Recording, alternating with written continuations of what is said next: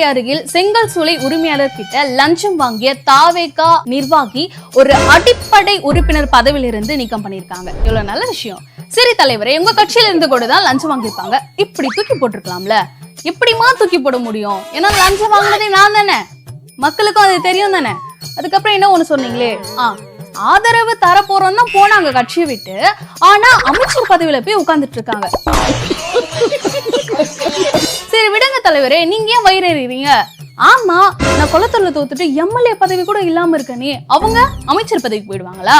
எரியந்தன வயிறு.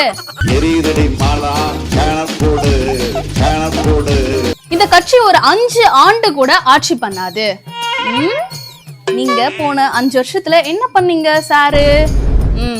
இங்க பாருங்க என்ன பண்ணிருப்பீங்கன்னு. எங்க பார்த்தாலும் பாலியல் வன்கொடுமை. திமுக ஆட்சி வந்ததற்கு பிறகு ஒரு சொட்டு மது கூட தமிழகத்தில் இருக்காது. இதை தவிர வேற என்ன சொல்ல முடியும்? இவ்ளோ பண்ணிருக்கீங்க 5 வருஷம், நீங்க பேசலாமா? அமைச்சர் ராஜ்மோகன் என்ன சொல்லியிருக்காருன்னா, ஆமா இந்த கட்சி 5 வருஷத்துக்கு தாங்க போறது கிடையாது, 50 வருஷம் இந்த கட்சி தான் ஆள போகுது அப்படின்னு சொல்லிட்டு செம்ம ரிப்ளை கொடுத்தாங்க. இதை கேட்டு பொறுத்துக்க முடியாத தெரியுமா என்ன கமெண்ட் பண்ணிருக்காங்கன்னா, வசனம்லாம் நல்லா தான் இருக்கு, ஆனா விஜய் டிவி பாத்ரூம் கழுவுறவன் இந்த வசனம் பேசும்போது தான் கொஞ்சம் பார்க்க சகிக்குது.